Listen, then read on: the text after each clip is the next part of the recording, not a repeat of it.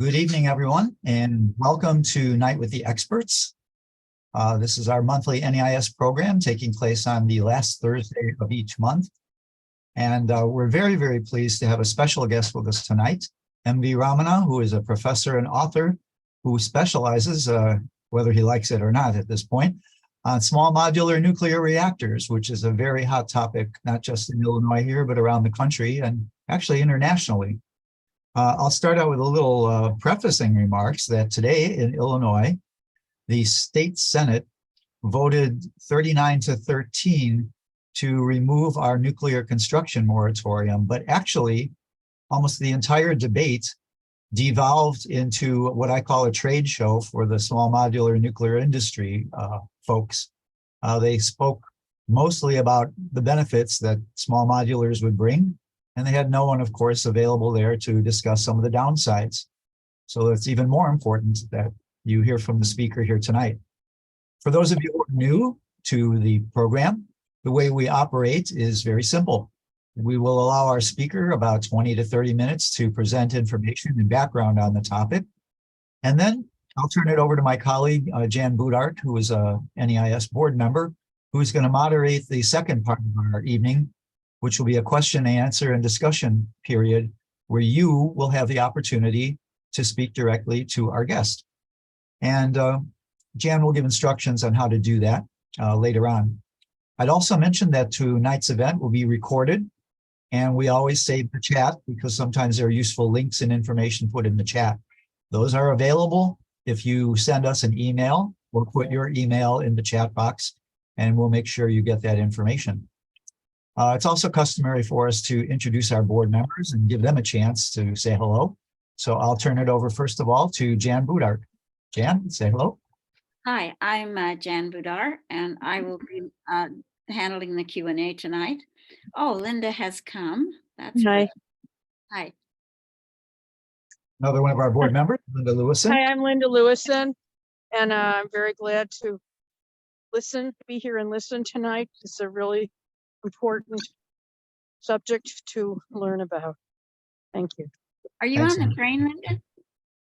No, I'm walking toward my car to Oh, listen. We have one other board member I'd like to introduce. That's Stephanie Blanco.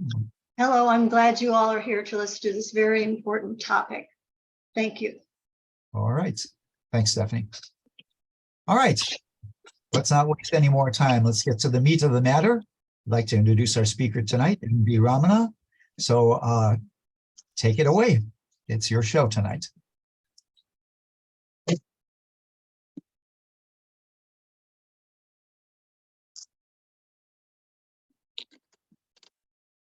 you're on mute, Ramana. 1 second. Yeah. Okay. Sorry. The unmute button moved away from my screen to another part. So anyway, thank you very much. It's a great honor to be speaking for the Nuclear Energy Information Service. I bring you greetings from Vancouver in Canada, where I'm speaking from the traditional, ancestral, and unceded territories of the Musqueam people. I would like to start by mentioning that I changed the title of my talk. When I sent the abstract, I thought of something really klutzy. And then as I was writing, I said, maybe I should be more direct and explain what I'm going to say. There's no secret here. What I'm going to argue is that small modular nuclear reactors won't solve the problems confronting nuclear power or help with mitigating climate change. So, okay, let's see. Yeah. Dave mentioned that today's debate in Illinois featured small modular nuclear reactors, and that's hardly surprising because the media all over the world is sort of, or at least those countries which are interested in nuclear power are all talking about small modular reactors. And they're often talking about it in the present tense as though they actually exist, and they make various assertions about it. But as I'm going to explain to you, most of it doesn't really hold. So the outline, I'm just going to talk a little bit about what are small modular nuclear reactors and try to explain why there is this talk about small modular reactors by contextualizing where we are with nuclear energy in general, what are the kind of claims that are being made of these reactors, and then offer a kind of reality check. And if I have time, I'll sort of go into why these claims are being made, but maybe not. Okay, so small modular nuclear reactors are at this point mostly theoretical reactors. There are a couple of them operating one in China and one in Russia, but for the most part, they are theoretical constructions. There are sort of two parts to the term small modular reactors, the small and the modular part. Small just means that the design power output capacity is under 300 megawatts. And about 300 and up to 700 megawatts is often called medium. The term small should not be confused with any sense of how big they are physically. Some small modular nuclear reactor designs are pretty small in terms of, I'm here, I have a picture here in the below the little table, which shows how much different designs, the sizes of one of the important components of a reactor. And you can see that they vary by quite a lot. And so it depends very much on the specifics of the design. Some of them are physically small, some of them are physically large. So that's something to remember. The other term, modular, basically means that the reactors are meant to be constructed from modules that are made in factories. Now, this might seem kind of unusual, but if you think about it, this is how we do most of our manufacturing. If you were to look at a house being built today, very few people are going to be bringing wood to the site and bringing carpenters there and then trying to make them assemble doors and windows and wall paintings and so on and so forth. Everything gets manufactured in factories, and they're sort of moved to the site and basically stuck together or stapled up or something of that sort. And that's the same manufacturing practice that the small modular reactor vendors want to use. And it's also something which large reactor vendors are using these days. So that's the most important meaning of the word modular. And I'll sort of get into the implications of that later. Before going into the virtues and the vices of small modular reactors, let me explain why people are talking about small modular reactors. And the simple answer is that the nuclear construction, reactor construction, has not been in good health for a long time. For those industries which want to build nuclear reactors, their best days are decades ago. Most of the world's reactors were built in two big waves, one in the 1970s, mostly in the United States, and one in the 1980s, mostly in Western Europe and many other parts of the world. And since roughly the mid-1980s, you can kind of date it to the 1986 Chernobyl accident. After that, the rate of construction or reactors being added to the grid has declined dramatically. And there are even some years when more reactors have been shut down than added. And the net result has been that the capacity of power production from nuclear reactors has more or less stayed constant for the last 3 odd decades. But at the same time, the grid has been growing. A lot of other sources are being added to the grid. And as a result, the share of global electricity generated by nuclear power plants has been declining continuously since the mid-1990s. It was about 17.5% in 1996, and it has declined to under 10%. It's 9.8% in 2021, the last year for which we have figures. And so the graph on the top side sort of shows how the share has been declining. And it also shows how the share of renewable electricity has been increasing around the world. And so it's not that people are not trying to move away from fossil fuels, but they're just not moving to nuclear power, they're moving to renewables. And this is the essential conundrum which sort of has been dealing, that the nuclear industry has been dealing with. And the main reason why nuclear reactors are not being constructed is because nuclear power is not economically competitive. Reactors cost too much to build, and so utilities simply decide that it is not worth for them to build reactors except under very special circumstances, and I can go into that during the Q&A. But in parallel, other sources of electricity are cheaper and becoming cheaper. This picture here shows the cost of generating electricity at a variety of technologies from a bunch of projects in the United States. This is produced by a company in Wall Street called Lazard. And Lazard has been doing this for many years. And the plot here shows how the costs of different technologies have been varying over the years. And what you see is that while wind and solar have been declining dramatically, wind by about 70% and solar by about 90% over the last roughly decade or so, nuclear is actually becoming more expensive. And so to the right now, the average expectation for a new nuclear reactor plant that would be constructed in the United States is that it'll cost roughly around $160 to $170 per megawatt hour for electricity from that. In comparison, wind and solar are running in the $30 to $40 per megawatt hour range. So nuclear is about 4 to 5 times as expensive. And other sources of power are also cheaper. And so obviously, utilities don't want to build reactors. For a long time, the nuclear industry had an answer, or at least a narrative, to talk about these costs of building reactors. And that was to say that we know reactors are expensive to build, but once you build them, they can be operated pretty cheap because the cost of the uranium that is used to fuel them is quite low. But that story became unstuck maybe in the last decade or so. And what we saw was a number of old reactors which had licenses to operate provided by the Nuclear Regulatory Commission for many more decades. But utility owners deciding that the cost of operating these reactors was too high, and so they would prefer to shut them down. So a recent example was in Iowa when the Duane Arnold plant, the utility decided to shut it down because the utility calculated that they would save about $300 million over the next decade or so, as long as the plant was licensed to be operating, by just replacing energy from the nuclear plant with wind energy.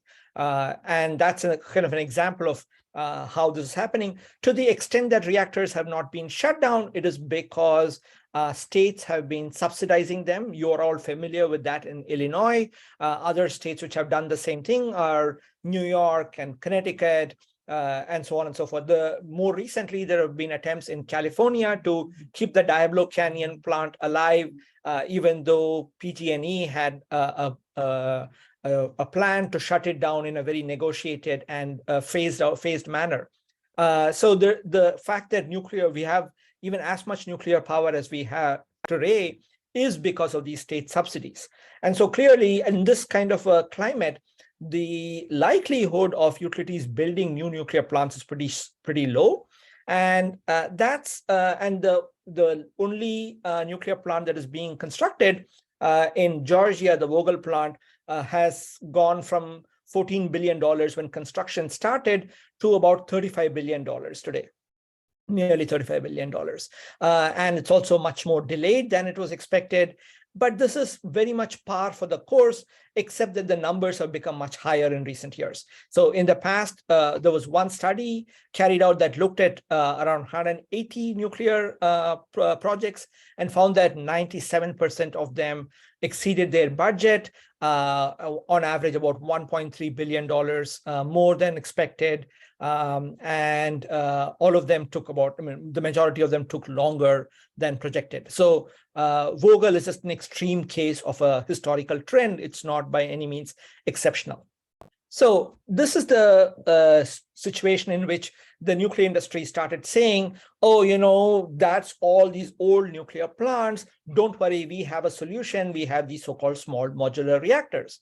And these small modular reactors, at least on paper or on PowerPoint, they look much greater, according to them. And so many of these companies which were trying to develop small modular reactors made claims about why they were very good. And I learned this term happy talk from somebody who used to consult for the Nuclear Regulatory Commission. And NRC basically said, we don't really believe this happy talk. I mean, this is what you expect these vendors to be saying. But nevertheless, it's something which you see all the time in the media. So I thought I'd just very briefly mention some of the kind of claims which are being made. So they would say, these large reactors, they are very complex, but our small reactors are simple. They reduce the complexity. They would say that they are safe, that something like what happened in Fukushima cannot happen at our reactors. They would say that there is no risk of proliferation or the risk that materials from this could be used to make nuclear weapons. They would say, well, traditionally nuclear plants have been built only in countries with large grids and typically near cities, but our designs are so versatile that you could do it in remote areas. We could use it for mines and powering oil and gas production, et cetera, et cetera. In principle, they'll say, oh, you can even put it on a ship or in a submarine, take it to some faraway location and use it to power some city or town that's on land. And most important, they claim that it is going to be cheap. So these are the kinds of claims that you hear from vendors. And of course, one more thing they would often talk about is the fact that they will somehow magically deal with the problem of radioactive waste. Now, I'm not going to go into explaining why they are making these claims. There's plenty of stuff out there on that. But what I'm going to talk very briefly about is whether these claims will actually be realized. And to understand that, you should remember there are sort of, broadly speaking, 4 main problems. One is the one of cost that I talked about. But the others are the fact that reactors can have severe accidents, such as what happened in Chernobyl and Fukushima. The third is that they produce radioactive waste that is hazardous for hundreds of thousands of years. We still don't have a demonstrated way of dealing with that. And lastly, the linkage with nuclear weapons, which is the way that the world first learned about nuclear power. Now, my former colleague Zia Mian at Princeton University and I, when I was there, we looked at a range of designs and what they were trying to do in order to address these problems. And what we found was that essentially the designs, when they try to deal with one of the problems, they will change the design in some fashion, but that change would negatively affect one of the other priorities. So you cannot make a reactor safer and cheaper at the same time. You cannot make a reactor produce less waste and be less proliferation impactful at the same time. So what we found was that most of the time, none of them are going to be met, but some of the time, one of those priorities, let's say safety or waste reduction, will happen, but it will be at the cost of something else. In particular, for small modular reactors, the fact that they are small means that they are going to be more expensive on a per unit capacity. The traditional rule of thumb in general in all industries is that when you make a unit of industrial unit larger, so for example, if you have a nuclear reactor that is producing 5 times as much power, then it is unlikely, it will not use 5 times as much concrete or 5 times as many welds, or will not require 5 times as many workers. And therefore, a larger reactor on a per unit capacity of power production will become cheaper. This is the reason why reactors in the United States and in other parts of the world, when they first started, they used to be much smaller, but over a period of between the 1960s and the 1980s, they became larger and larger because the industry found the only way they could try to control costs was to take advantage of what are called economies of scale. But when you go back to small reactors, you lose out on those economies of scale, which means that the per unit cost for each of these reactors is going to be much higher. And we are seeing examples of that before our eyes in the case of the NuScale project that's being proposed to be built in Idaho. for the Utah Association of Municipal Power Suppliers. The other thing when you have a smaller reactor is that typically it will produce more waste and produce more plutonium or require more enriched uranium per unit of electricity produced. And so if you're going to be generating the same amount of power, then the overall impact from small modular reactors is going to be higher.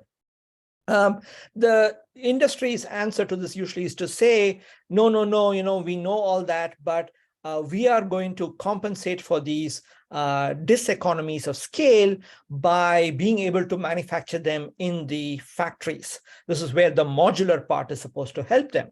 And so they say, well, maybe the first few are going to be expensive, but once you get the factory going, you'll be churning these out like you're going to build tables or iPhones, and they'll become cheaper and cheaper over time. Now, there are sort of two problems with that. First is historically, nuclear plants have become more expensive with time, not cheaper. So the graph on the top right shows the costs of building nuclear reactors in the United States and in France, the two countries with the most nuclear power capacity in the world. And in both countries, costs have actually gone up at a fleet-wide level with time, not gone down. So there's no historical reason to think that in the case of small modular reactors, suddenly they're going to become cheaper. The second is that even if there's going to be some kind of learning, you assume optimistically there's going to be something, the number of reactors that would have to be built up ahead in order to even break even with large reactors runs from maybe an order of about 100 to the order of tens of thousands. It depends on what actually the kind of scaling laws are, and we really don't know what that is. There's no way to theoretically predict it. You'll have to actually build these reactors to see how they're going to scale. But even theoretically speaking, you know that you have to build a large number of them, and all of this is for the small modular reactors to become economically competitive with large reactors. And I already told you that large reactors generate power today at a cost is about 4 or 5 times that of solar or wind. So for small modular reactors to be able to compete with renewables, you will have to, it's never going to happen, essentially. The second thing is that, in terms of some of the bad qualities of nuclear plants, even a small reactor can make a big contribution to proliferation, because even a small reactor requires enough enrichment capacity to build a number of Hiroshima-style weapons and produce enough plutonium to build a number of Nagasaki-style weapons every year. So even saying you have a small one in a country means that that country will have significant capacity to produce nuclear weapons. And the thing to remember is that climate change is only one of the multiple cascading and intertwined global crisis. Nuclear energy is also imbricated in proliferation and nuclear annihilation. Expanding nuclear power and small modular reactors could leave us in the worst of both worlds, that you're going to make the proliferation problem worse without necessarily addressing the climate problem, and explain why the climate problem is not going to be addressed by small modular reactors later on. I'll just say very briefly, just to say, one of the arguments which we hear all the time is that small modular reactors are safe. Is that the case? And the answer is, all nuclear reactors have lots of things that can go wrong. The very structure of this device, which is, ultimately a nuclear reactor is just a very complicated way to boil water. And you're using a very hazardous process to produce the heat that is used to boil the water. So all reactors are capable of accidents where the radioactive material can escape from the reactor and spread out into the environment.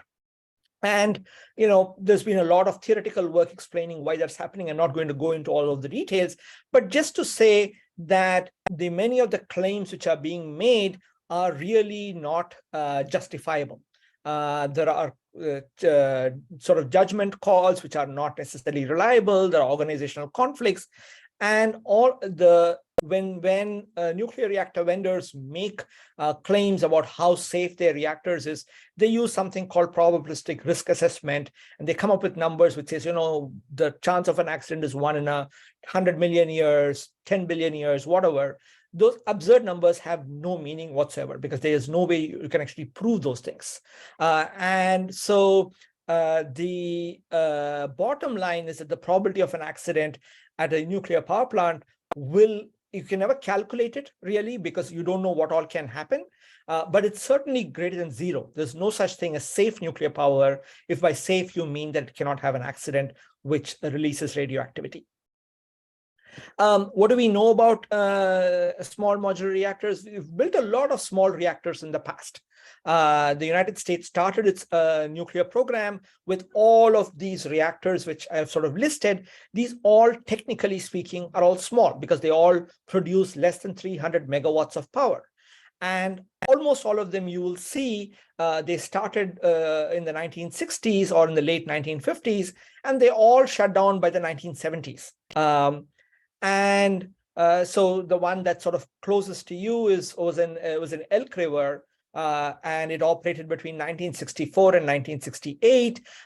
The construction cost was over 250% of the initial estimate. And when the reactor was shut down, basically the utility said, we just realized that this was too small and was just not economically making any sense. So they decided to shut it down the first time they had to do a major equipment replacement. Likewise, in Colorado at Fort St. Vrain, they built this high temperature gas cooled reactor, which was supposedly very, very safe. But the reactor kept getting shut down. It operated for only about 14 or 15% of the time it was supposed to. And the New York Times carried a cheeky headline saying the safest reactor is closing because it rarely runs. So that's, I think, what looks great on paper might not actually work in practice. Okay, so I'll sort of try to wrap up by asking the central question, should we expand nuclear power to solve climate change? So I've sort of talked briefly about a range of reasons why even if this could be done, it would not be desirable. If you expand nuclear power, there is no way you're going to avoid the chance of accidents. Now, nuclear accidents don't happen every day. They are rare occurrences, but the more reactors you have, the more frequent they're going to become. There's no escaping that equation.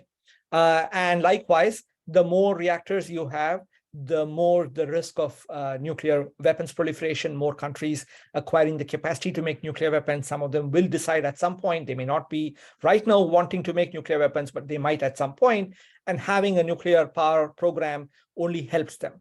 And lastly, all reactors are going to be producing waste, radioactive waste, which we don't know how to deal with. So these are all well-known problems. I don't want to sort of spend a lot of time talking about them, but I just want to assure you that they are all going to be applicable to small modular reactors as well. It's not that small modular reactors don't have these problems. But the more important thing to remember is how feasible is it that small modular reactors are going to help with this challenge of climate change. And to think about that, there are two things we need to remember. One is the cost of building plants, and I've spoken at some length about why nuclear power is not going to be economical. So every dollar we spend on small modular reactors or large reactors is a dollar that's not spent on some other way of trying to deal with climate change. So there's a huge opportunity cost. But I think the more important thing that we should be thinking about is looking at all the headlines that have been in the newspapers the last few weeks, talking about the latest IPCC synthesis report.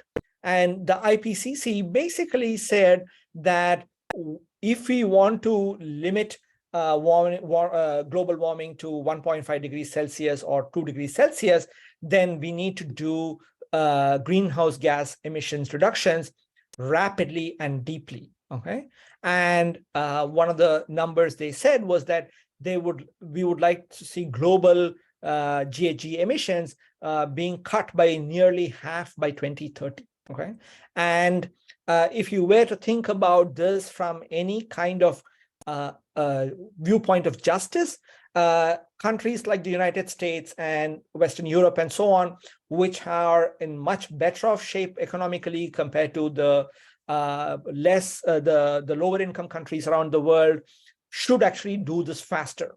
And that'll be the only sort of just way of doing it. And so we have to really prioritize pathways that will reduce emissions really quickly. And if you consider nuclear power, it's really not going to do that for you, because the process of constructing a nuclear plant is really long. The average nuclear plant takes about 10 years to build.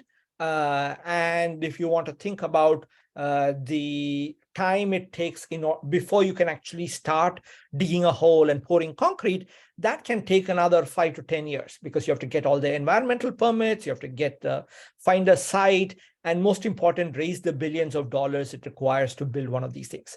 And that's a long process too. So I always say that, if my province here in Canada, British Columbia, it has no nuclear plants, but should the premier here decide that they're going to build a nuclear plant here, it will take 15 to 20 years before the first unit of electricity actually flows out of a potential nuclear plant, if that. And so it's definitely not going to be a quick process. And there are many reactors around the world which have taken much longer. The reactor that is sort of being built closest to where I grew up in southern India, it's started construction 2004. It's still not yet ready. I see there's a question. I'm happy to stop. Lynn? So that just means you're just saying it's not agile, So yeah, I mean, potentially before 2024, you can start deconstructing this plant, because it's no longer, yeah. Nuclear power is not agile in sort of two ways, in terms of how quickly it can be deployed, but also in terms of the output, and we can talk about it during the Q&A. Let me just finish. I just have just a couple more slides, so I'll just finish that, and then we can have a more fulsome discussion. So constructing nuclear plants is a really long process. Small modular reactors are not going to really help. On paper, many of these reactors can be built really fast. So till recently, till some years ago, Westinghouse, the company that designed the AP1000 reactor that's being built in the state of Georgia, used to have this nifty looking computer animated video that shows the reactor, the various modular parts coming together, click, click, click, click, click, like sort of a time-lapse video. And it basically will show 36 steps. And then at the end of 36 steps, the reactor is ready on the computer. But in actual fact, in the real world, Vogtle construction started in 2013. It's still not yet complete, right? So what happens in the computer world does not happen in the real world. So small modular reactors are also going to take a long time. And if you look at any experience with the specific designs, you will see this happening all the time. And also, it's not just a matter of some high-level interest. So if the governments were to suddenly decide, we have to prioritize nuclear power, then suddenly it is going to happen. Governments have repeatedly put lots of resources into nuclear power. And the best example is the so-called nuclear renaissance that happened in the United States. In the Bush administration, under the 2005 Energy Policy Act, the government put lots of money through loan credits and so on and so forth, a whole bunch of schemes to try and promote nuclear power. And there were about 30 reactors around the country that were ordered. And the expectation was that there'd be 15 large reactors operating by 2021. In fact, only 4 of those reactors actually moved from the planning phase.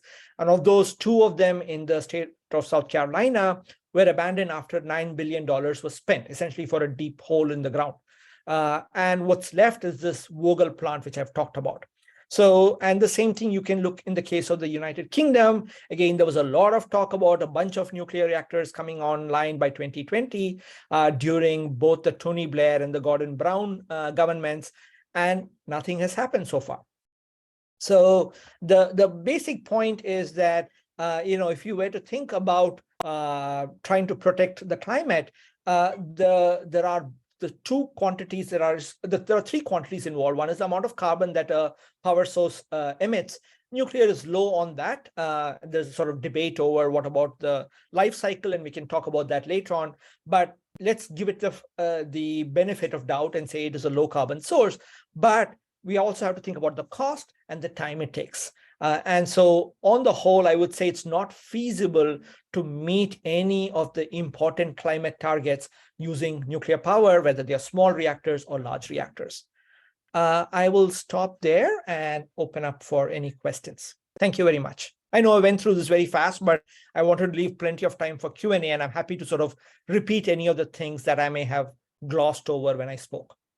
Thank you very much for a power-packed and intense presentation, which will be vetted in a few minutes here.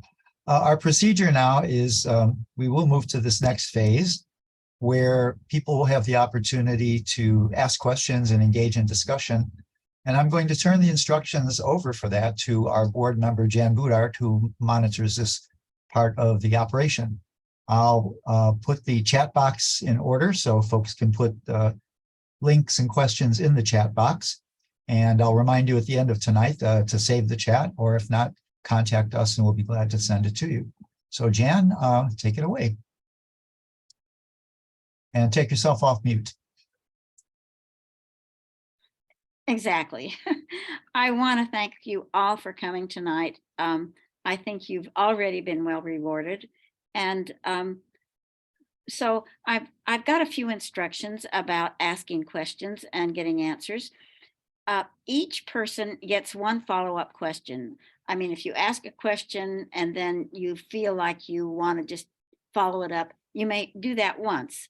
However, more than once means that somebody else is not going to get a chance. Now, if you're making a comment or you have a long question that takes a preamble, or you don't need any feedback from the speaker, your comment may not be more than 3 minutes.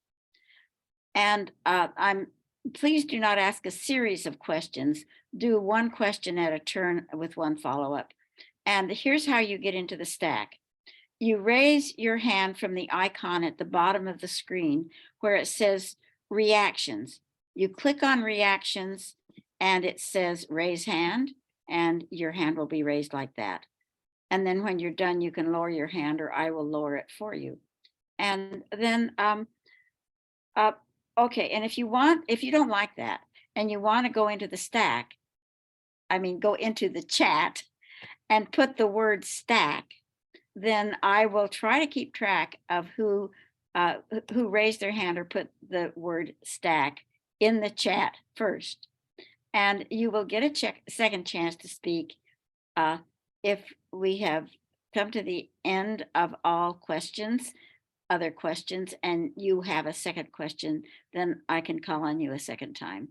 So I hope there aren't any questions about the questions, because we already have a hand from Linda Lewison, who is one of our board members.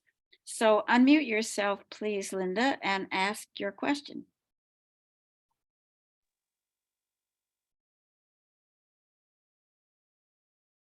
You remuted yourself.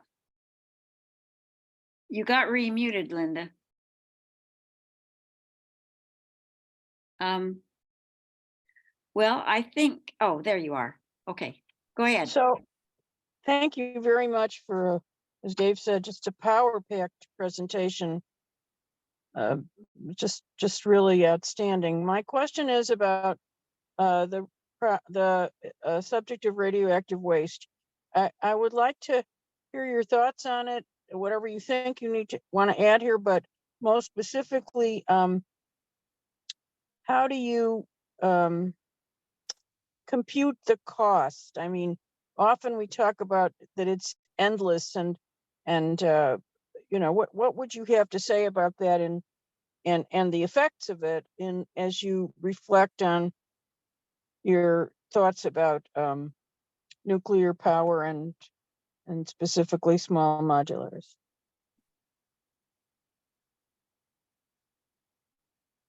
You're Yeah. muted. Let me start with the small modular part. Small modular reactors will produce the same kinds of wastes. Some designs are going to be producing waste that are even harder to deal with because they are mixed with certain kinds of chemicals. So for example, some kind of fast reactors, fast neutron small modular reactors are using fuel that involves sodium, and you cannot bury sodium in the ground because sodium does not behave well in the presence of water. So there are going to be a bunch of complications with small modular reactors that make it harder to deal with the waste. Now, more generally, so the second another part of the question that you asked was about the cost of it. It's very difficult to cost how much it is to come up with estimates of how much it's going to cost to deal with radioactive waste, because we don't have any demonstrated example anywhere. There is no operating repository for commercial nuclear power plants. Finland and Sweden are planning to construct one. They are sort of in the early stages, but we really don't know how they are operating, right? The one example we have is from the WIP site, the waste isolation pilot plant in New Mexico. And as most of you probably know, in 2014, there was a major accident there involving an explosion in a container that had plutonium in it. And so the cost of that kind of an accident was presumably not included in the cost estimates, right? And there's no reason to expect that, future repositories may not have such accidents. But there is, of course, the more fundamental problem that you have to think about maintaining one of these repositories for a really long period of time. And depending on how you deal with it, if you just think about it as a deep hole, you just bury it and you shut it down and you just forget about it, then the cost is sort of, only for those years when you are digging those tunnels and putting stuff inside there. But if you are thinking about a repository that you would like to actually monitor, then there are costs involved in that. Now, all of this becomes easier when accountants sort of deal with it, because they use a procedure called discounting, that costs which are occurring in the future, the present value of those costs are lowered by some kind of a discount factor that becomes that basically reduces the cost, because the idea is that if I had that money, I could put it inside a bank or invest in some fashion, it will grow. And therefore, when you're thinking about cost to be spent far in the future, the inverse of that happens. And that kind of discounting procedure basically makes all these costs seem very manageable. Okay. Now, that said, historically, the world over, in the UK and other places, they have often found that the estimates that utilities had come up with for how much they're going to spend on waste management have been gross underestimates. And ultimately, it's the taxpayer who's going to have to pay it. Now, there's a larger question of what we should do with radioactive waste. I don't want to get into that now because that's a very big topic and it's also a very divisive topic. Different people have different opinions. So let's sort of park that aside. And that's something, all I would say is that it is something that has to be societally determined. However, I think it's premature in a way to start discussing that till we actually stop producing this kind of material. If it's so difficult to deal with, if it's so expensive, if it's so hazardous, then first let's stop building, making more of it before we try to figure out how to deal with what has already been there. Okay, I'll stop there. Okay, Alfred, you are next. Thank you, Steve. Yes, thank you very much for the most informative presentation this evening. I have 2 points. One is, early in your talk, you mentioned that nuclear power costs too much to build, but then you alluded to except in special circumstances. So I was wondering if you could elaborate on what those special circumstances are, and whether or not, perhaps, in my opinion, the SMRs contribute to proliferation insofar as they support the nuclear infrastructure that's needed for nuclear weapons and the nuclear navy. And it seems to me that there's been a full court media campaign to make every little town across the country think that an SMR is coming tomorrow. And in the meantime, it supports the literal industrial academic infrastructure needed for the production of nuclear weapons in the nuclear navy. I'd appreciate your comments on those concepts. Thank you. Great. So I have read your article about the linkages between nuclear weapons and nuclear power, Alfred. And so I completely agree that the connection is very, very important. And what I usually add to that is to say, historically, what the nuclear energy industry has done is to try and obscure those connections. Ever since Atoms for Peace, they have kind of said, oh, don't worry, nuclear weapons, that's a bad atom, here's a good atom, and so on and so forth. But what we have seen in recent years, but I'll say even historically speaking, many countries embarked on nuclear power, partly because they realized this was going to give them a pathway to making the bomb. So, we have documented cases of that in, let's say, Pakistan and India and so on and so forth. So there's definitely that historical example.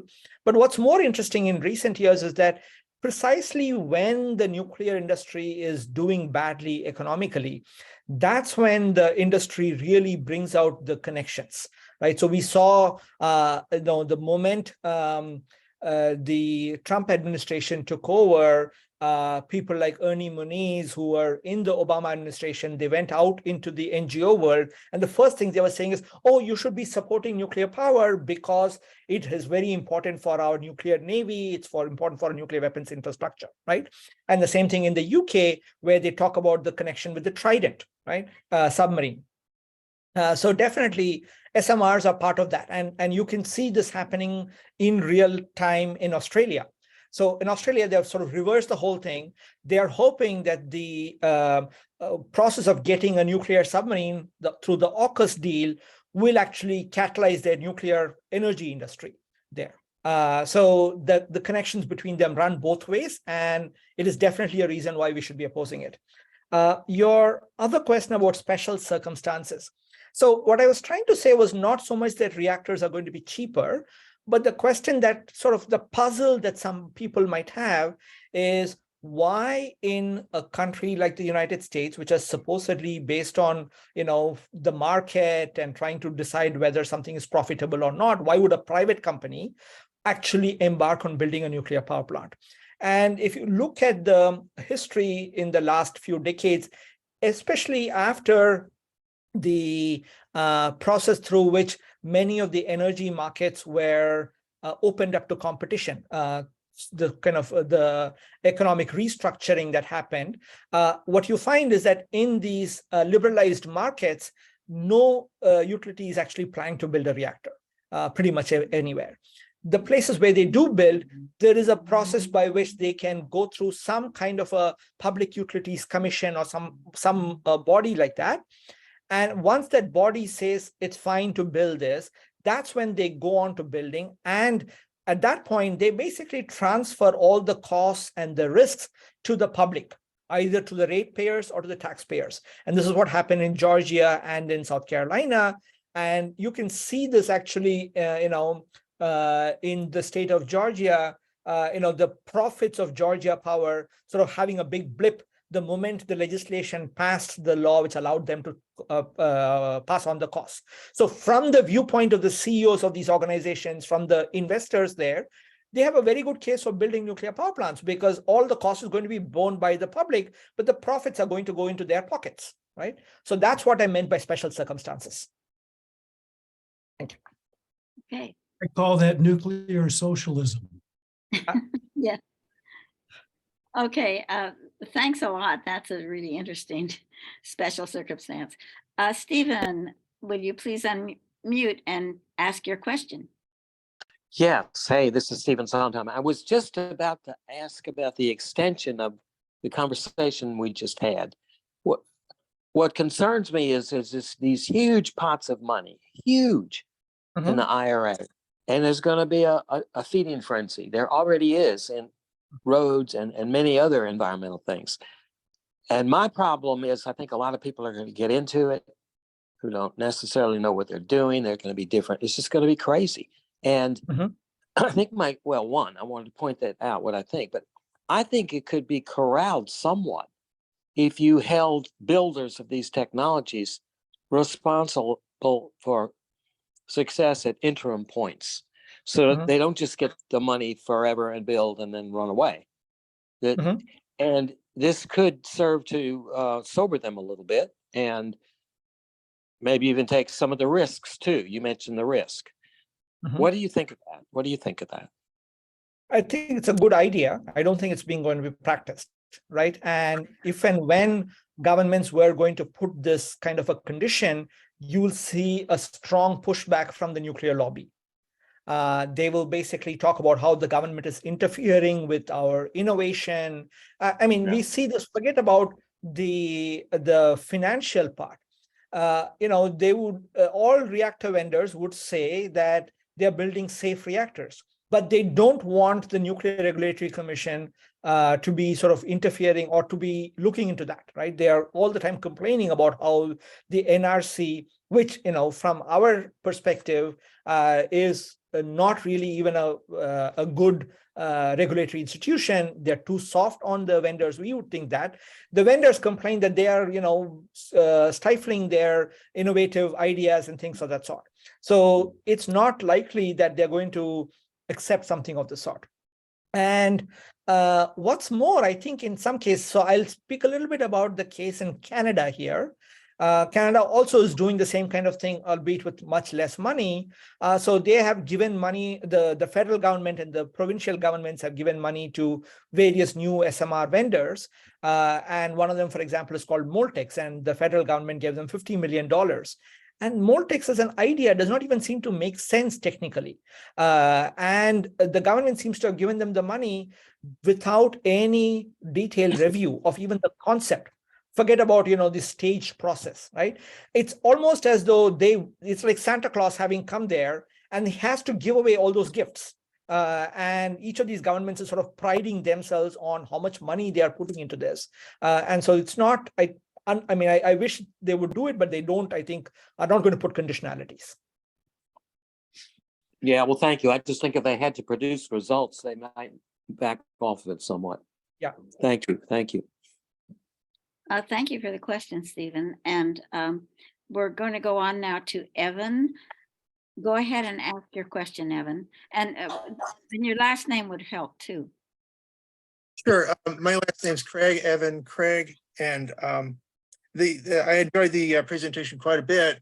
I noticed that the slide showed how nuclear power can't compete. That was your point on cost with renewable energy. And, when I talk to nuclear advocates about that, they say, well, what are you going to do at night when the wind isn't blowing? And so I would like you to address the question of availability and reliability of nuclear compared to renewables. Yeah, great question. And this is, of course, the standard argument that is being addressed, and that's being offered for nuclear power today. And there are sort of two ways to think about it. One is to go back to the point that Lynn made about nuclear power not being agile. So there are sort of two ways in which it's not agile. One is how long it takes to build one of these. But the other is that nuclear reactors typically are not the right way to try and balance out the variations of output from wind and solar power, because reactors don't really like to go up and down in the amount of power they produce. They can do it, but they do it with some penalty in terms of the safety risks and in terms of the wear and tear of some of the equipment. And most importantly, there's a financial cost to it. Because a nuclear power plant is such a big investment, the utilities want to run those things 24/7.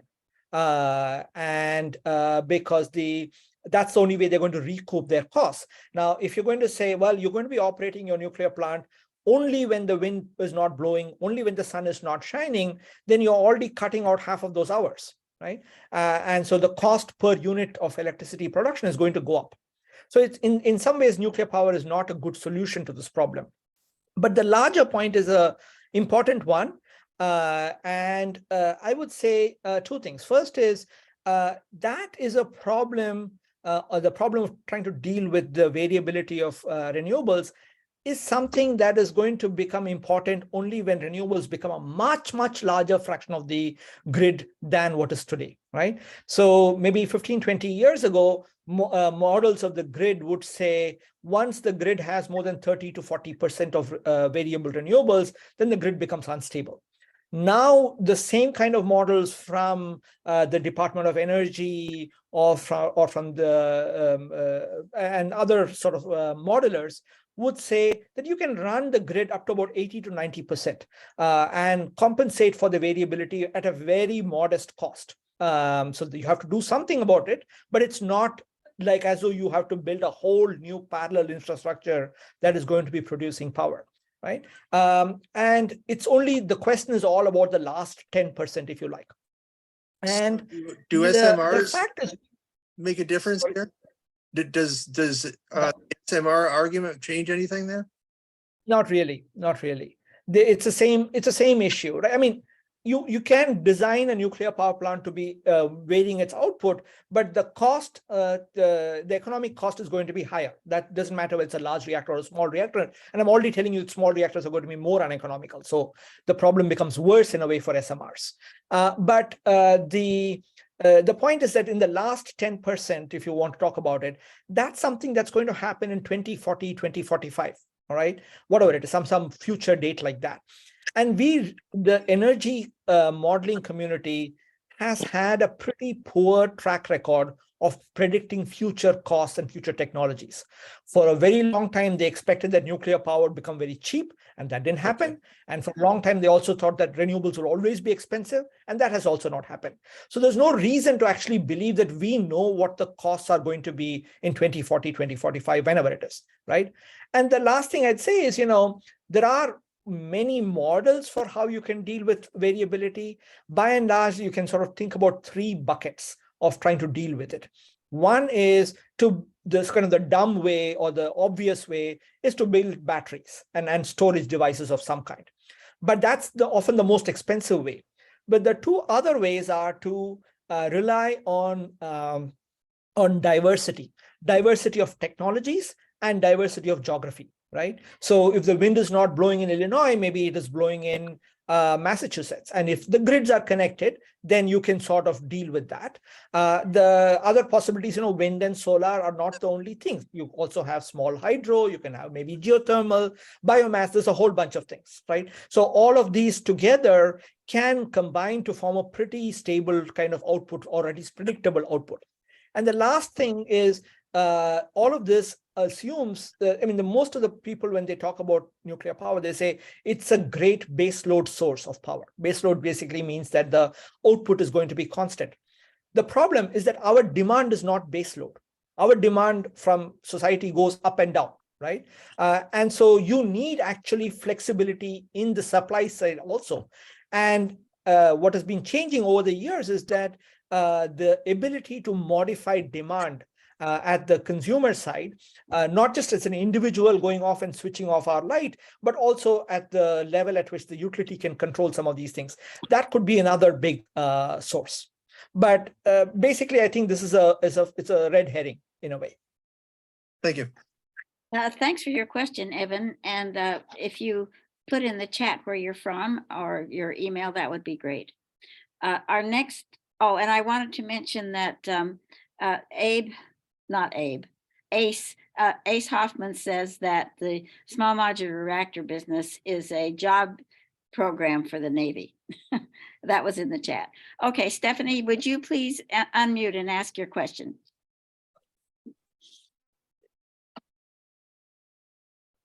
You had mentioned that the SMNRs will produce waste and need uranium as a fuel.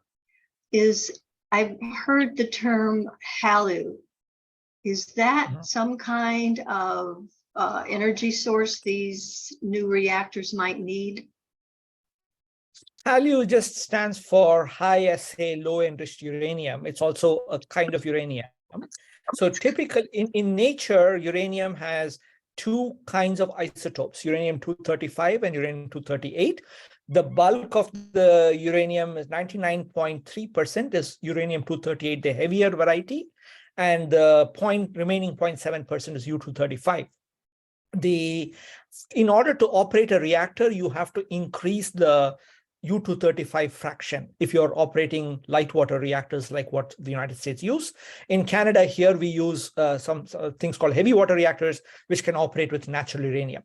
The new versions of reactors, for example, the natrium reactor that TerraPower, the organization that Bill Gates has funded, those kinds of reactors require uranium to be enriched to closer to 20%. So much higher than the current levels. And the United States doesn't have capacity to make that much of that at this point. So that's why they're talking about restarting all these enrichment facilities. So it's not a different kind of a fuel. It's also uranium fuel, but it just has to be produced in a different way. Okay, and the United States is not capable of producing that. Certainly not in the quantities that are required. Where is that produced? So in Russia has a lot of this material, right? Okay. So initially, the Bill Gates company, people were thinking they were going to just import the fuel from Russia. And all of that became politically infeasible after February 2022. And this involves new ideas in the United States about more mining and more milling, and it's very controversial about creating HALEU. Okay, John D. Miller, please unmute yourself and ask your question. Am I unmuted yet? Yes, you now are. Yes. Okay. I would like to know if you agree with something that Ed Lyman said to this group back in November, that it's the diseconomies of scale that have caused the SMR vendors to want, and the NRC to want to help them remove lots of safety requirements. No need to have very qualified staffers, no need to have armed guards, no need to have a containment around the reactor. Do you agree? And if so, could you just expand on that and say what your views are? Definitely, yeah. So I definitely agree with Ed, who's been following this stuff much more closely than I have in some ways. He's more involved in the debates at the NRC and so on and so forth. And the point is simple. The SMRs vendors should know that they are not going to be economically viable. And so they are trying to save every possible penny they can. So this is why there was a lot of pressure on the NRC to loosen a lot of their requirements. I, for example, looked at the efforts to make the what's called the emergency planning zone, the area where the local governments and other such officials would have to be involved in planning for potential accidents. How do we evacuate people, stuff of that sort, and SMR vendors. So that process, costs a few $1 million per year. And SMR vendors were very, very adamant that they would have to reduce the EPZ to the site boundary, meaning that no local official needs to be paid for this. And if you look at the numbers, you'll say, why are they sort of obsessing over a few $1 million? Your whole thing is going to be costing so much, right? And the reason is that they are trying to save every possible penny. And so that is also a way to sort of counter one of the arguments which is being made, which is that if you small reactors are safer, right? Now, from a purely technical point of view, if all else is exactly the same, a small reactor is better than a large reactor. A small reactor is not safe, but it is safer in the sense that if there is an accident, the amount of radioactive material that it will spew out into the atmosphere will be smaller, simply because a smaller reactor, it has lesser of an inventory there. But that assumes that everything is the same, but everything is not being the same, right? The moment they come small, they say, oh, this is so much safer, so we can get rid of our containment. We can have only one reactor. And there's even one old company that fortunately seems to have gone under called Hyperion, and that in the old days, they used to say, we are going to operate our reactors with essentially one operator. And the joke he used to say was, our reactor control room will have a computer, a person, and a dog. And the purpose of the dog is to make sure that the person doesn't do anything to the computer. And the purpose of the person is to feed the dog, right? In other words, the computer is so, the reactor is so safe that a computer can essentially operate it, right? And so why are they sort of talking about it? Because they want to reduce all costs. And here there's another issue that actually is, I think, important, which they want to hide, which is that they want to have their cake and eat it too. On the one hand, SMR vendors would like to lower their costs by reducing all of these requirements, including the number of people they're going to be employing in these reactors. At the same time, they go around saying, oh, we are going to be a great job creation effort, right? The whole point of building SMRs as opposed to the old kind of reactors is to reduce how many people are going to be required. You want to have fewer people at the field site.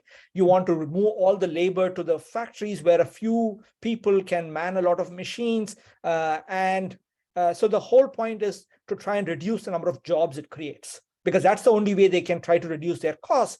But at the same time, when they go to state legislatures, they would immediately say, oh, we're going to create lots of jobs. On a per dollar basis, that argument makes no sense whatsoever. Sorry, I just thought I'll add that point to my answer to your question.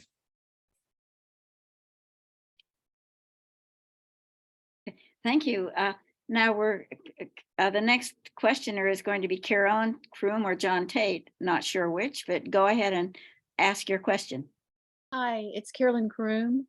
And in the state of Texas, Abilene Christian University is proposing a Molten salt reactor. An experimental reactor, right?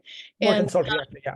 I'm sorry, a sodium, yeah, a molten salt research reactor with a graphite moderated fluoride salt using about 300 kilograms of 19.9% enriched uranium. So it would be HALEU.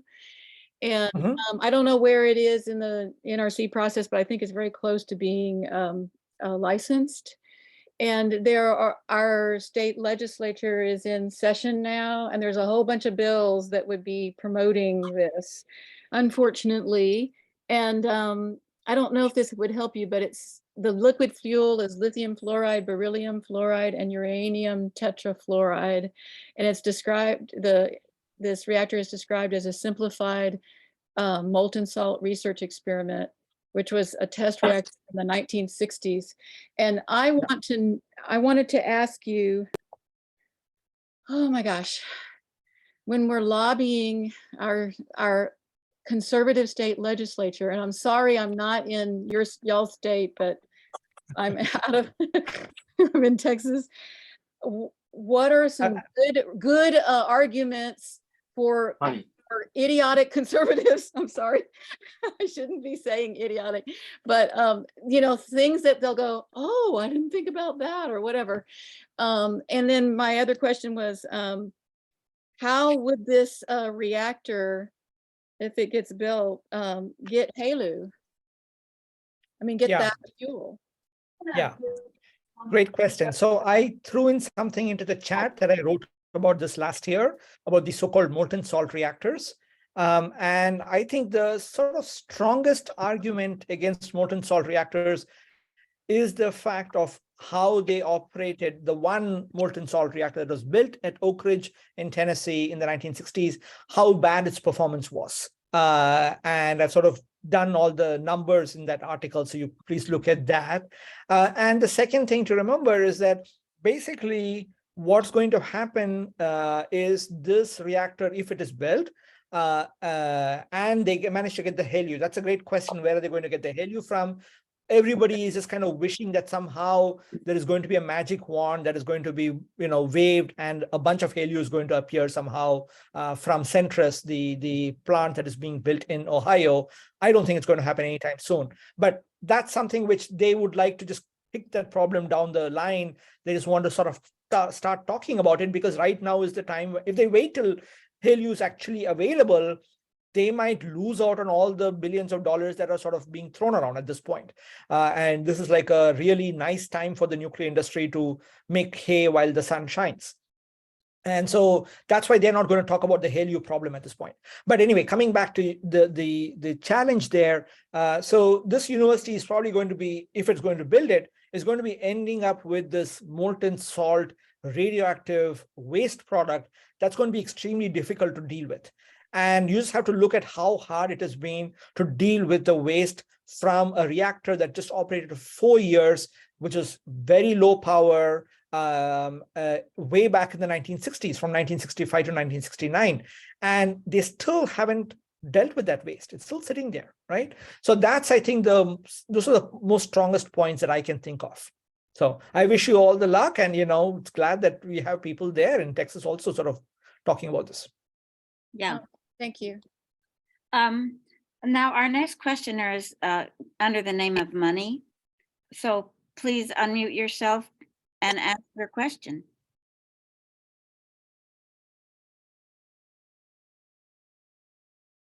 You're still muted, Money.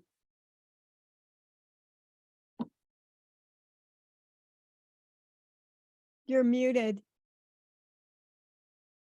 I think he may be frozen also. You want to Okay, move to the next question? Money, come back. Money, we're going to come back to you and let David. Oh, wait, now speak. Am I Money? Yeah. That's what your name Oh, says. Jesus, I had no idea. I'm sorry. I thought my name was in there. Oh, I No. apologize very much. My But name's it wasn't- Laverne Trayan. I didn't realize it was under Money. I only have a simple question. How do I get this video presentation on a video? Because it was a great presentation. And how do I get your documents that you used so I can print them? And because I need to get this information to the people who are making these decisions. Oh, yes, well, that would be the problem of NEIS. So please put your real name in the chat along with your email, and we'll do the best we can to get back to you with the information you want. We also already have Ramana's slides. Yeah, I'm happy to have that shared. Yeah. We can Okay. already share the slides. And Okay. then just one more little thing I'd like to say. For all the people here who are trying to organize and get this information to the media, I recommend that you download Stringer. That's Stringer without an E. It's an app, and you can videotape your meetings, you can videotape your protests, and then you can upload it to Stringer, and Stringer's in New York, and then they will sell that video to any news media outlet in the world that wants to purchase it. It may or may not sell. It does. I use it quite a bit, and stuff sells all the time. Because local media are not sending reporters out to these protests and are not sending people out to videotape them. So you videotape them, upload it to Stringer, and then they can download it from Stringer. So I just wanted to throw that as an organizational tool. And what is your connection with all this? With what? With Stringer? Or we just wanted to know what your background is. Oh, I DoorDash. I mean, I'm a photographer. I'm an activist. I participated in the closing of the nuclear power plant here at Fort Calhoun. Pretty much me and Charles, you'll see on this, we're the two that spearheaded that effort.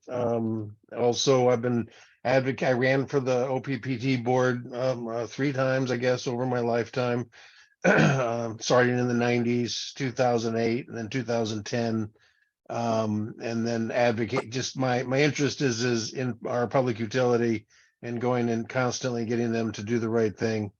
And recently they haven't. They have started to tell this. Well, Join the they've been club. doing really good with wind and solar, and now they're experimenting with battery technologies, and they're doing lots of good things. Listen, go- Laverne, we're so- gonna Yep. interrupt you now so that Sure. we can go on to the rest of the questions. And You let's, betcha. Dave Kraft asked this question. Don't forget to unmute. Ah, you do. Okay. Thanks for joining us.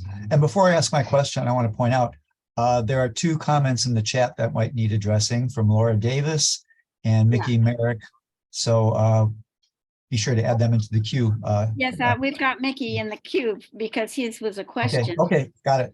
So here's my situation. I gave a presentation not too long ago at Sierra Club or on Zoom. And many of the designs I've seen, particularly the micro reactors and the mini nukes, their illustrations show that as a safety measure, they usually locate the reactors below grade or below ground, depending, and they claim that that is their safety mechanism. In my presentation, I juxtaposed photos of the bomb craters in Mariupol, Ukraine, as the following slide, and I asked which one was deeper. So my question here is, I asked people to do a thought experiment. If Ukraine had gotten small modulars 10 years ago and put in 50 or 100 in the industrial city of Mariupol at those industrial sites, what would you have there today given the Russian bombardment? Now, the second part of the question is to you, Ramana, is, are you aware of the peace and weapons activists getting alarmed by the expansion of small modulars? Because quite frankly, I would say there's a lower probability of a thermonuclear exchange, but when we proliferate 10,000 small reactors around the world, there's an increasingly higher probability of nuclear contamination from things like what happened in Mariupol. Yeah. So the answer to the Mariupol question or the Ukraine question is kind of obvious. You would be left with a radioactive mess in all those places. And, adding to all of the other challenges those poor people there are sort of going through. But in terms of the connections between the peace and disarmament movement and, nuclear activists, nuclear power activists, those are weak at this point. And I see that more as a sign of how weak all of us are. The number of problems we all have to be challenged with, that we're to fight against, is just proliferating by the day. And so, there's only 24 hours in a day and you have to sleep for a little bit. So it's really difficult for them to be getting involved in everything. But I think you would find a very sympathetic audience. I don't think there's going to be a lot of people out there saying, oh, we are all for small modular reactors. The one problem, though, is that the nuclear industry is really controlling the narrative here. And they are often saying this is the solution to climate change. And many people, even sort of well-meaning people, are inclined to thinking, well, everybody seems to be saying, the Republicans are voting for it, the Democrats are voting for it, the liberals in Canada are voting for it, the conservatives are, everybody is doing it. So maybe there's something there, right? And so there's a lot of support, I think, that is tacit, not because they've done a deep dive into this, but because they see this as the only game in town, or at least an important game in town. And that's the thing that we really need to be fighting against. Thank you.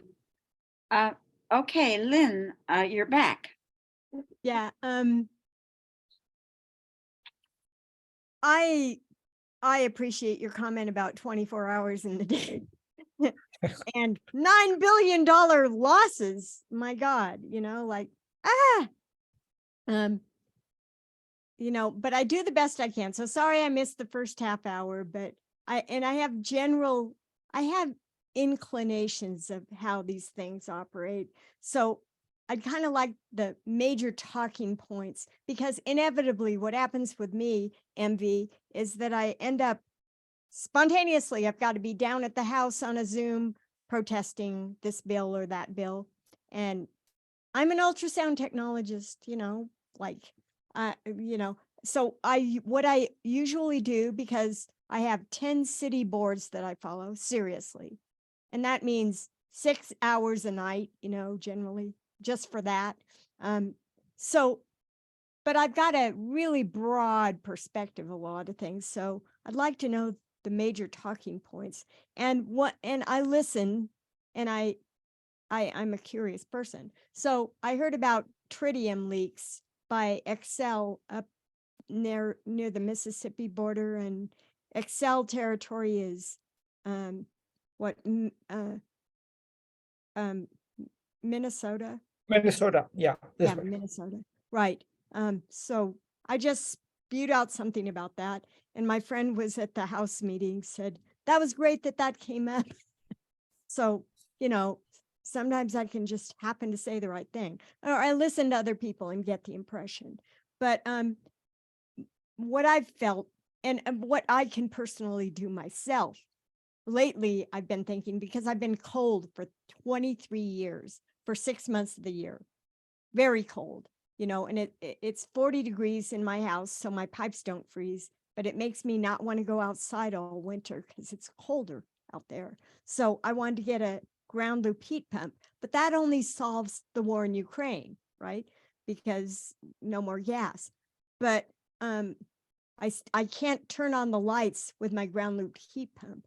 And I can't fix my roof until I do my attic, and contractors just want to scrape everything, and the housing crisis and all. So I can't get solar on my place. I could buy solar, but the general idea is distributive, and this SMRs, like distributive nuclear, no, I mean, if you're looking to target, like people have brought up, then you can target 1 million of these things, politically, and destroy them and destroy a lot of lives and stuff. But and do you know what reactive energy is? Trading between houses, and with batteries and microgrids and reactive energy trading. I think that base load demand, the duck curve and everything can be dealt with. So that's my general impression. But with as far as the SMRs, and I don't always get to a full meeting. I'm sorry, I only have 24 hours in the day. But there's a lot. I've got an impression of a lot of water. I mean, the wars of the future are water, right? And these nuclear reactors, a lot of water. So is it more water with the SMRs? And what are the quick talking points? And I've heard all the talking points from the people at the House and the nuclear people yesterday, jobs, well, can we let Ramana answer your question? She has, I'm sorry, Lynn, but your comment is. Yeah, that's fine. Go ahead. Okay. All right. Yes. Do you have, Yes. oh, wait. So I'll say very briefly, I think, Linda has already put in some talking points that Beyond Nuclear has come up with, and they are excellent points. But I think the, SMRs are going to require water if they are light water reactors, just like every other reactor.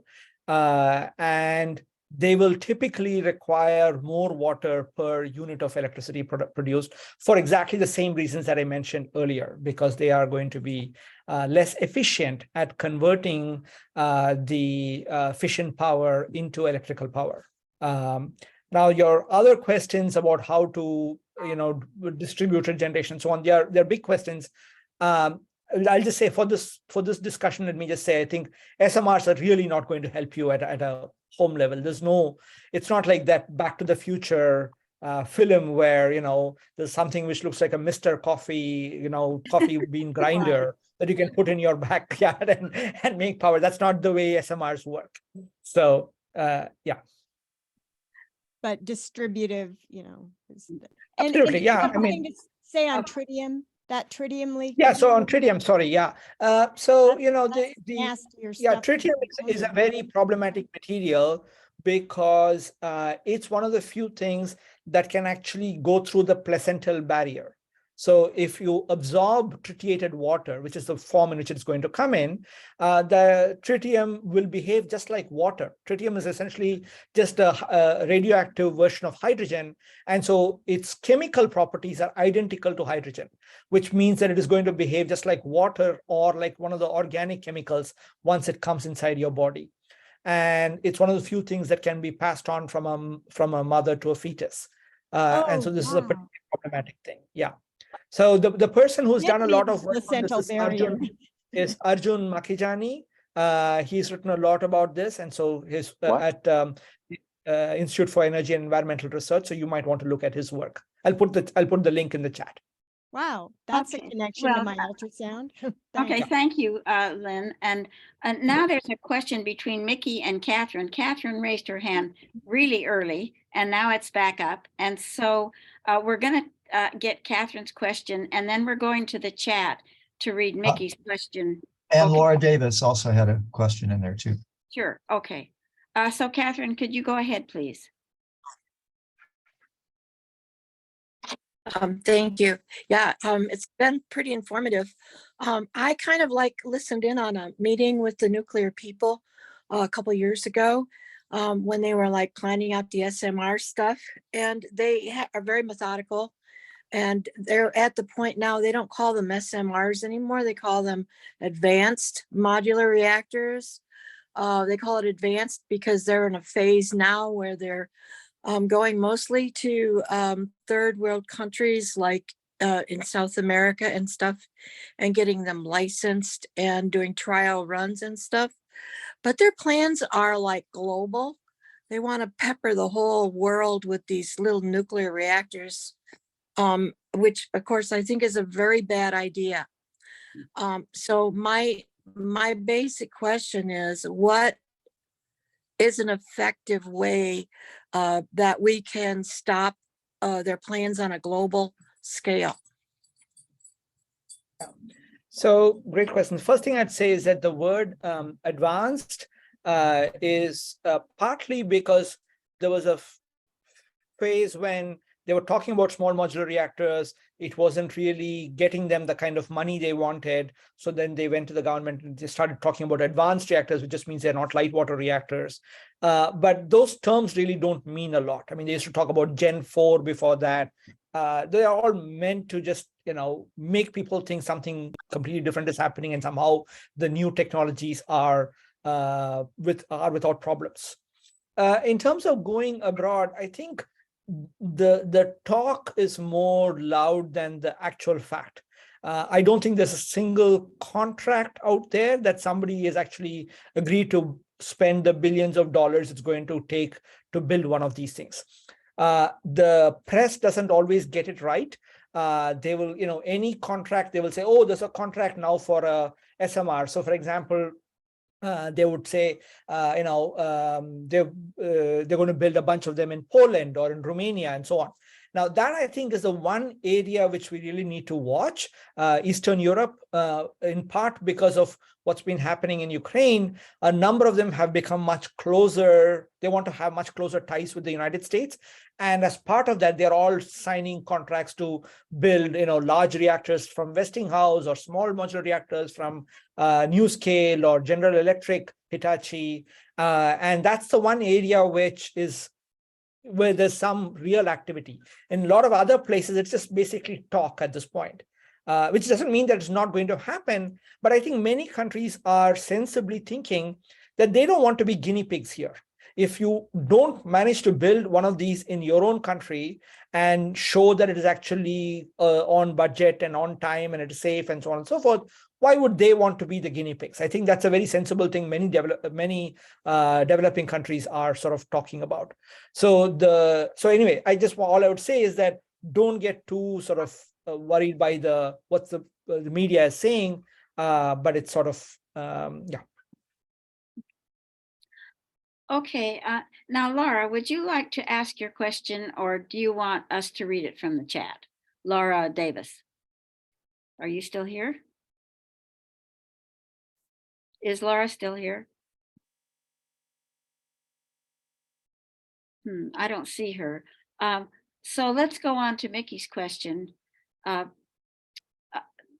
Mickey, how about you asking your question, or do you want us to read it from the chat?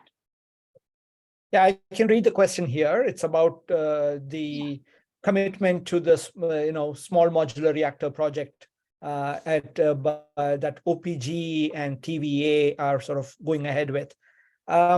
It's not easy. I mean, when these large nuclear utilities come together, OPG has the 18 of the 19 reactors in Canada are operated by OPG or by Bruce Power, which has a sort of connection with OPG. The OPG, sorry, is Ontario Power Generation. And TVA is Tennessee Valley Authority, that also has a historical nuclear connection. And when they sort of come together, it is becoming harder for us to fight those things. So, the one thing to remember is that the particular design they have both selected, the BWRX-300, has never been approved by any nuclear licensing authority, either by the Nuclear Regulatory Commission or the Canadian Nuclear Safety Commission. The CNSC has a process called the Pre-Licensing Vendor Design Review, and GE Hitachi submitted the BWRX-300 to them, and they discovered a bunch of problems with it, which they said might become, they will have to address it before they actually formally submit it for a license. So, I think there is going to be many a slip between the cup and the lip, to use a cliched phrase, between what numbers GE Hitachi is saying today, and when they come up with a serious project proposal and serious costing, you will find that the cost is going to go up. And by the time they go through any of these regulatory processes, you'll find that the design will have to be changed a bunch of times. This is what happened with the larger ESBWR reactor that GE Hitachi had designed earlier. So I'm not certain that all these plans they're talking about are actually going to go forward in the way it is. But that doesn't mean that we should not be looking at it. You have to be looking at those things. Yes. Mm-hmm.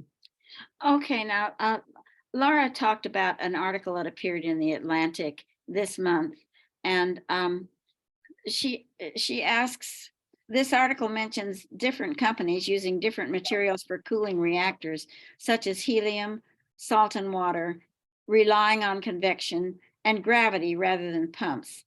What do you think of these kinds of innovations? It's in our culture, it is very bad to talk against innovation. Innovation is supposed to be like mother and apple pie. So you always have to say innovation is good. But the question, again, goes back to the discussion we had earlier about what these companies are saying is going to be the implication of their innovations. They then go on to say, oh, ours is such an innovative idea. We don't need containment. We don't need an emergency planning zone. That's where the problem really comes. And the other thing which is happening is many of these so-called innovations are actually very hard to quantify.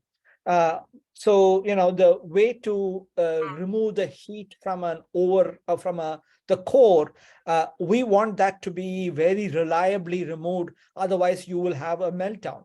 And in traditional plants, the way that is done is by having these large pumps that would circulate water at a very high rate in the event that there's some accident is starting up. Now, in these newer designs, the claim is that these natural forces like gravity and so on and so forth are going to remove the heat.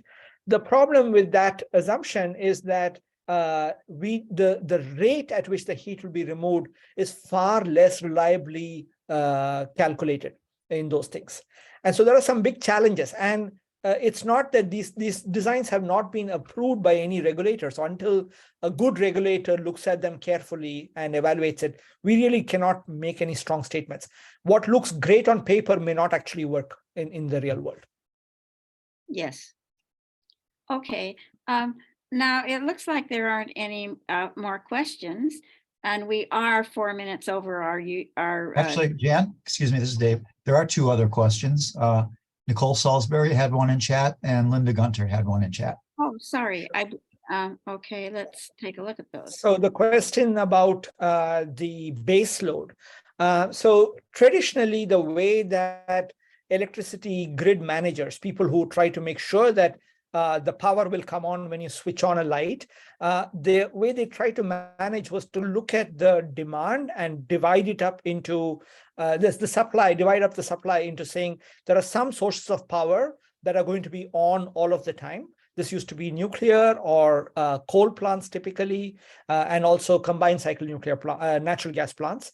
And then a bunch of sources which are going to be either coming on only when the demand is very high, and some which they call intermediate. That whole paradigm of thinking about energy planning does not work with renewables, because renewables are neither base load nor are they really peak demand plants. They come on and come off when the wind is blowing, when the sun is shining. As I mentioned earlier, this does not mean that you cannot operate a grid reliably, but you'll have to do it differently. And in that different way of dealing with it, the concept of base load really makes no sense. So it's best to actually forget that idea. But that's not going to be easy, because the people who are operating these grids, they've all been trained in that traditional way. So till many of them sort of go away and a new generation of energy planners come in to manage these grids, this concept is going to be going around like a sort of, ghost from earlier times.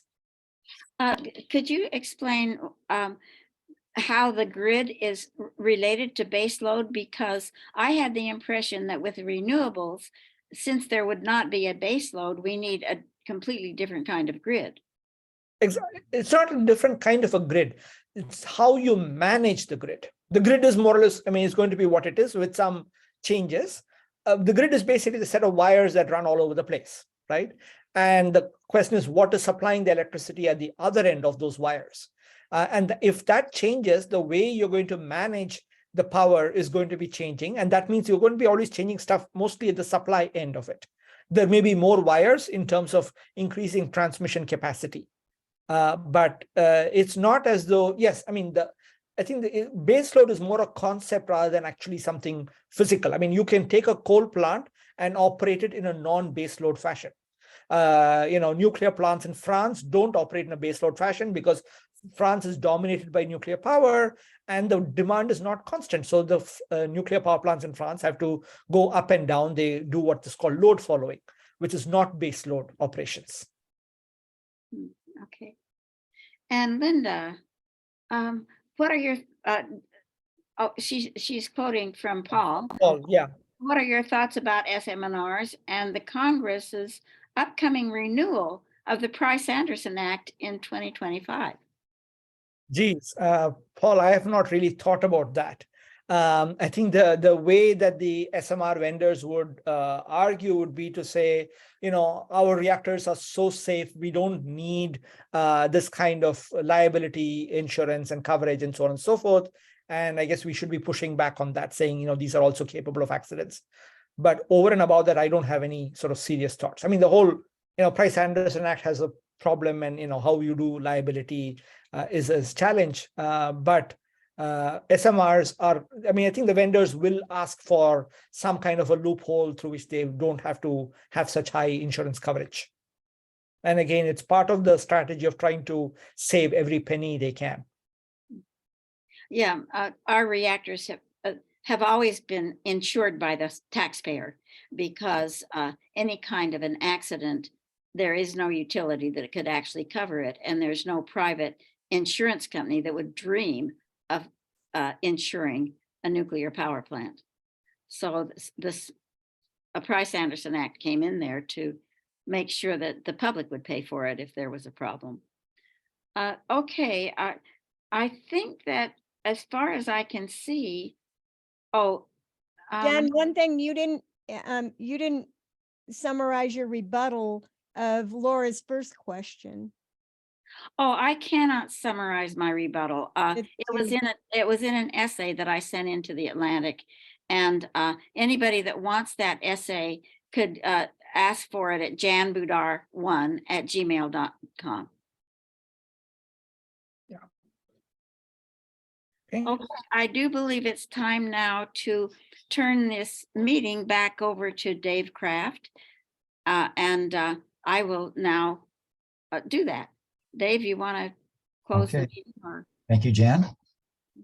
This was an incredibly vibrant discussion that we had tonight. The chat is really full of lots of good stuff. And want you all to know we will make the chat available. And actually, you can save it yourself if you're Zoom savvy by going down to the area that you would type your question in the chat. You'll find 3 little dots. And if you click those 3 little dots, a screen pop-up will be there and it'll ask you if you want to save the chat. And if you do, just say yes. But if not, we will send it out for those who have requested it in the chat. David, when you get the recording, will it have the chat on it? No, chat is always separate and it's a text file.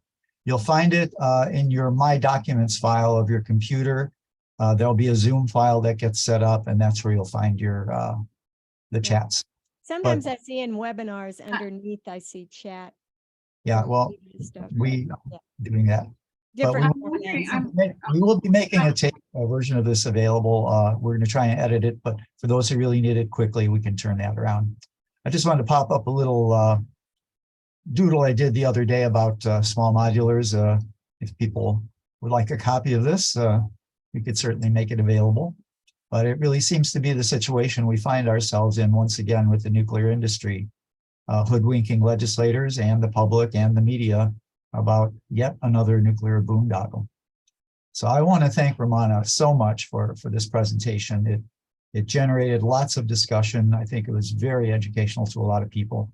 And if we could do standing ovations on Zoom, we would do it, but we can't. So I'm sorry about that. Thank you so much for being with us. Jan, do you want to talk about next month's Night with the Experts? Yes, because Dave Kraft will be our expert in the middle of the month. We're having an extra Night with the Experts because the Illinois issues are world issues, and David's the person, he's the go-to person for Illinois. And I wrote down that this is going to be the one of the Thursdays in April, the 13th. And so keep an eye open for that, because what's going on in Illinois is really going to be an example for the rest of the country, if not the world. And then at the end of the month, we're going to be talking about the transportation of nuclear packages with Kevin Camps. He will be our expert. So I hope that you will be watching for Dave Kraft's talk about nuclear issues in Illinois and Kevin Camps talking about the transportation of nuclear packages. Oh, Jan, Joan just asked, are there any nuclear reactors in Illinois leaking tritium? I think, I'm not going to be able to answer that. The thing about tritium that is so annoying is that Watts Bar has been producing tritium for the War Department for about a decade now, and that leaks into the river out there. It might be the Susquehanna, but tritium is a whole other subject. And to find out about tritium, you should Google Ian Fairlie, Fairlie. Ian Fairlie is big on that, and so is Arjun. So there's plenty of information about tritium, and we really would like to have a Night with the Experts, but there's April, May. We wouldn't be able to have one about tritium until June. So please look up tritium. It's a truly fascinating story.